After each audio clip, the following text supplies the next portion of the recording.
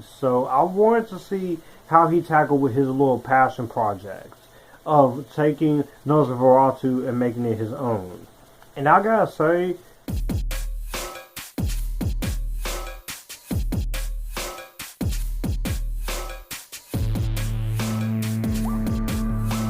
what's going on, my Epictastic Nation? Welcome back to the channel. If you are new here or if you're a returning member here, welcome.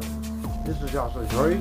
Welcome back to Epictastic Joshua. I talk movies, TV, and on a few occasions, music and anime. So, we're going to give you my thoughts on the latest Robert Eggers project, Nosferatu, which is a remake of the silent film Nosferatu, which was an unauthorized adaptation of 1897 Bram Stoker's Dracula.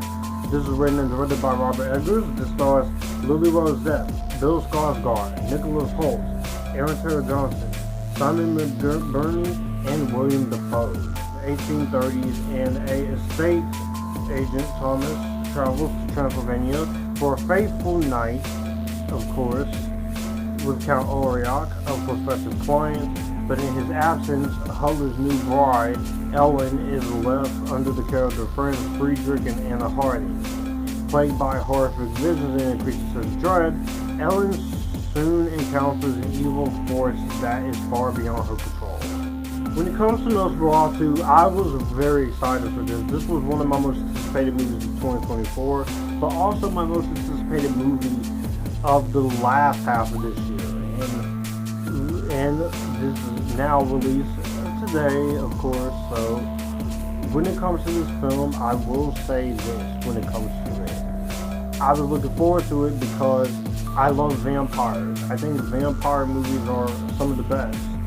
And they've not had the best track record in the best couple of years, but we're slowly starting to see the resurgence between the last voyage of Demeter, Abigail, and Renfield.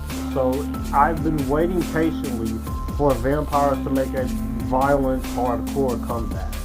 And I will say that is something that really intrigued me besides the trailers and marketing. Also, this is Robert Eggers, which is a director I greatly came around on under his first two films. The Witch and The Lighthouse, I thought they were okay at best at first, but then I went back to them and gave them individual rewatches, and I ended up really liking them a lot more. The Northman is actually my favorite movie of his, so I wanted to see how he tackled with his little passion project of taking Nosferatu and making it his own. And I gotta say, this is definitely one of my favorites of the year, and this answers the full question that vampires are back in business, and they are not playing around. Going into the first positive is I'm actually going to talk about Robert Eggers' direction and writing. From a directing standpoint, he directs this movie very well. Now, if you're someone who's not a fan of methodical, slow pacing, this is a slow-paced film to allow us to get build up into the film, but I will say overall, the way this movie just builds up and builds up, you're definitely getting a movie that is definitely going to be a build-up that some people are gonna take issue with when it comes to it, and some people are gonna be wanting to wait for something to happen.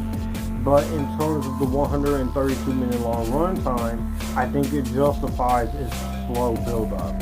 We get to know about the characters, and we get to know about the story, and we get to know about what's really going on in terms of the story and plot. And I feel like they really did go that route in telling us what type of movie this is going to be. And I think Robert Eggers gets it down pat. It's a slow build-up and such, but I really enjoy what this movie goes with. And wow, Robert Eggers, this might be my second favorite work of his. His approach to filmmaking that whispers in the dark, turning and screams into what we get. But this brand of horror definitely works for me. And I definitely really enjoy what the movie is going on. And the movie really does go incredibly for what we got, and I very much love the fact that Robert Eggers decided to take time. But what also helped is the writing in terms of going into your core of the constant fears of death, and also going into the themes of, from we've seen before, like terror and macabre, but also just giving into the madness. And the movie really does go into that. This is how you adapt from previous work and make it into your own in a different fashion. And this is on a lesson on how you can do a remake of your own without having to sacrifice what works. Because I'll tell you this, the original Nosferatu, I think it's good for the times, but it's not one of my favorites of all time, especially in the horror genre. It's a movie that I can definitely appreciate. I can see why it's culturally loved, but to me, I prefer this version a lot more, and a lot more other vampire movies, because there's a lot more on the surface. This movie really does go into it, and they really just hit into it. In terms of the violence and the subject matter here, you're definitely getting what you come here for. You do get to see the much needed carnage candy when you get to see Nosferatu show up. You're also going to get to see the seductive side. And I'll say this right now when it comes to this movie. This is a full-on R rating, and it definitely goes for its R rating. And they don't shy away from anything. You're getting your vampire violence, but you're also getting a lot of other such in this. And I will say, you're definitely getting the romantic side, a very sensual, sexual side with this. So this is not a movie I would recommend to you watching with your kids. And the violence in this movie is pretty brutal. This is extremely severe, so it's extremely violent. So you're definitely getting to see a lot of practical blood. It's not just CGI blood. You could tell for the $50 million, Robert Eggers wanted to put a lot of what he got into it. And that is what I give you credit for. When you have the upper hand to go as far as you are with practical effects and animatronics and matte paintings, rather than just needing just only CGI. That's something I always really liked here. And a lot of the violence in the prolonged sequences and the extreme horror tone is dark, it is bleak, it is scary, and it is frightening. But it works in the movie's favor. And I think from a writing and directing standpoint, Robert Eggers does a very good job with it. To top it all off, technical aspects in this movie are fantastic. Going back to that $50 million budget, everything is put to great use here. The sound mixing is amazing here. I love the production design and the costume design that get you into that old Victorian 1830s era. And they really just capture it all so perfectly and so brilliantly. And I really love the fact that they just committed there. I love when they commit. And because it shows that they're willing to go the extra mile to definitely give us an entertaining, great horror film, even if we've seen this done before. But I think the way Robert Eggers takes the story of Nosferatu in his own direction while paying true to what we had in the past makes it such an exciting feat to sit through. And I definitely really enjoyed that. To all off, this movie is gorgeous. Jaron Blask. This movie, Robert Eggers and his cinematography, they make some gorgeous looking movies. The lighting in this is great, the color scheming, even in the slow build-up scenes, and also the tension, and also just some of the more quieter moments. This movie is visually stimulating to sit through, and it's one of the best shot films of this year. Next to Dune 2, His Three Daughters, Anora, also Beetlejuice 2, was very well shot as well. This just adds on to movies I think are just very well shot. And you see everything that's going on in full detail and such. Louise Ford does a good job in the editing department, and for 2 hours and 12 minutes, some of you can be annoyed by the slow build-up, but I was just appreciating it, seeing a slow build-up to this. Even though there was a part of me in the 25-minute mark where I was just getting a little impatient, I sat there to hold it in, and I didn't rage quit. I wanted to go on the journey, And for some people, and for some critics, and some audiences, they're not going to want to go on the slow setup. But I think that's important in terms of this movie. Score here by Robert Carolan, coming back from his music on The Northman. The score of this movie is great here as well. I love the score in here.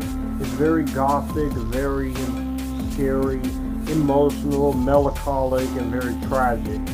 And it's one of my favorite scores of the year. It's such a fantastic music piece to listen to because it's just so interesting. And it's really magnificent to see it. It's elegant at times, and it's also terrifying at times. So it's a great achievement when it comes to the musical score in a Robert Eggers film. To top it all off, the acting department is really good. I want to talk about the two big ones here. Lily Rose Depp. Johnny Depp's daughter, I've seen her in things before, like Voyagers, which I thought was okay, and I thought that she was one of the better things in it.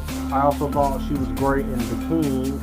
I haven't seen anything else since that, and I did not watch The Idol, but I will say her as Ellen Hutter, she puts herself through a lot here. She starts off as a sweet, nice, loving girl, but as the movie goes along, she goes on this amazing transformation into a descent of madness, a descent of just going crazy because she's being seduced by something she cannot control.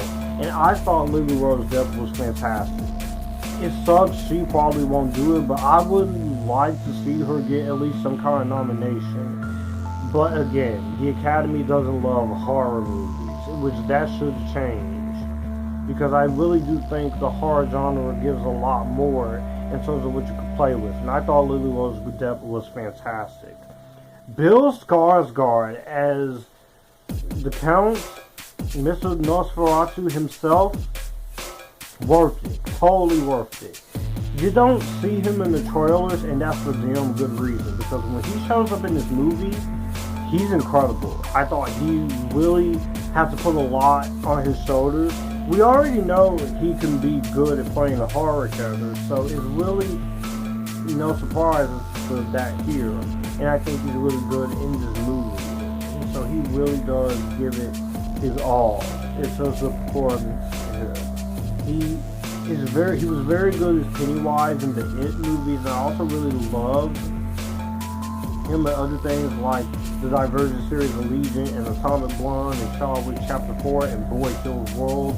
But this just elevates the fact that he is going places. And I also really liked him in Deadpool 2, which for some of you guys know, he played in Deadpool. So, Nicholas Hoult is good as well as the husband of Ellen. I thought he was very good. I've always been a fan of his work, and I think he does good here. So he does very good in this movie as well. I also really like Aaron Taylor Johnson here, much needed redemption after what happened with Kraven the Hunter. William Dafoe is always fantastic. He's in a lot of movies every year, but William Dafoe just puts in that commitment. Ralph Ineson, Emma Corrin, Simon McBurney, they're all very good here. Even though with Corrin, I wasn't really keen on her in Deadpool 3. Not to say she was bad, I just felt like you could have given that to anyone else, but I feel like she did do the best they could. But everything from a filmmaking standpoint, I think what makes this movie work very well. And it really does come into its own into what you can do. I will say my only issue here is just the first few minutes does take a while to get going, and I felt like some actors here needed a little bit more to do, but those are really my only two issues. But I will say, for those people who are walking into this not knowing that this is going to be a slow burn, prepare yourself for it, because they really do hit you exactly in terms of what you can get when it comes to a slow burn. So once it gets to that slow burn, and when stuff really starts to heighten up, is definitely very worth it in the end. So I'm very happy that if you're willing to stick through that and just get through the movie like that, I think you will have a much pleasant experience. But if you're not willing to give this a chance, past a slow burn, I don't think you'll enjoy it that much. But ultimately, what more can I say? I think that Nosferatu is not only one of my favorite movies of the year, but considering the fact that it's been very up and down with me for scary movies this year, with some of them I've missed, I will say that this is a great one. We got another gem. I think the Gothic horror was great. The vampire stuff was great. The story was very interesting. Robert Eggers, he honors the original classic while also making it his own in his way. He knows how. And the performances are very good, especially from Bill Skarsgård and Lily Rose Depp and William Dafoe. Beautiful cinematography, a great themes and exploration about seductiveness and succumbing into the madness. And this movie works very well. If you are a fan of vampire movies, I definitely recommend this. But if you are not a fan of Robert Eggers and his other films, the cards are not going to be in your favor. But I will say, for this movie, if you're a big vampire fan, definitely watch this. This is definitely worth the price of admission. And I really thought they really nailed it, exactly what was going on. I loved Nosferatu. Well, that's going to do it for the video that you just watched. If you want to see more, my channel icon is up here. If you want to see more content from me, all my social medias are right here in this end card. I will also leave a playlist and a video here for you to see what the channel is about. As always, acknowledge me, stay Epictastic, join the Epictasticness, and you guys keep it cool.